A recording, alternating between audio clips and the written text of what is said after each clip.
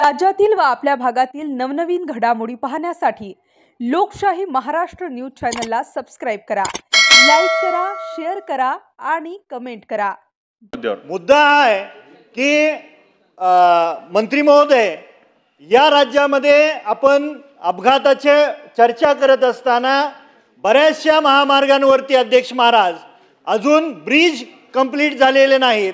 माझ्या मतदारसंघामध्ये मसवड पंढरपूर हा हायवे, स्टेट हायवे 143, त्याच्यावरती अनेक वर्षापासून उपरी या गावामध्ये पूल नाहीये, ब्रिज नाहीये।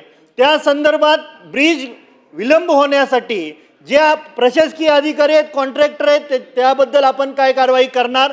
आणि आता जी चर्चा होते ब्लॅक स्पॉटची, बऱ्याचशा वेळेस नॅशनल हायवेच्या अधिकाऱ्यांसोबत चर्चा केल्यानंतर ते सांगतात की या ठिकाणी ठराविक अपघात झाले, ठराविक मृत्युमुखी पडले, त्यानंतर आम्ही त्या ठिकाणाला ब्लॅक स्पॉट असं गृहीत धरू।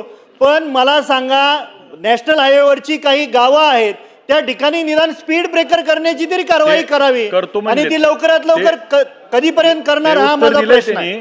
मंत्री महोदय, हा जसा आता त्यांनी ब्रिजचा सांगितलं ना, अध्यक्ष बऱ्याच 2020 ला रस्ता कंप्लीट झालाय, 4 वर्षांना त्याचे अजून ब्रिजेस नाहीत आणि ती कंपनी ऑलरेडी ब्लॅकलिस्टेड आहे। परंतु आता त्याच्या पुढे आपण काय कारवाई करून ते ब्रिजेस चालू अध्यक्ष महोदय, मी रंबल स्ट्रिप्स बद्दल, म्हणजे स्पीड ब्रेकर नाही पण रंबल स्ट्रिप ज्याला त्याच्याबद्दल सांगितलेलं आहे। आता राहिला विषय देशमुख साहेबांच्या याचा, तो आता याच्यामध्ये तो म्हणजे स्कोपच्या बाहेरचा आहे, तरी त्यांनी सांगितलेल्या सूचनेप्रमाणे माहिती घेऊन त्याच्यावर कार्यवाही लवकरात लवकर तो ब्रिज होण्यासाठी किंवा त्यासाठी जे करायला लागेल त्याचा निर्णय केला जाईल।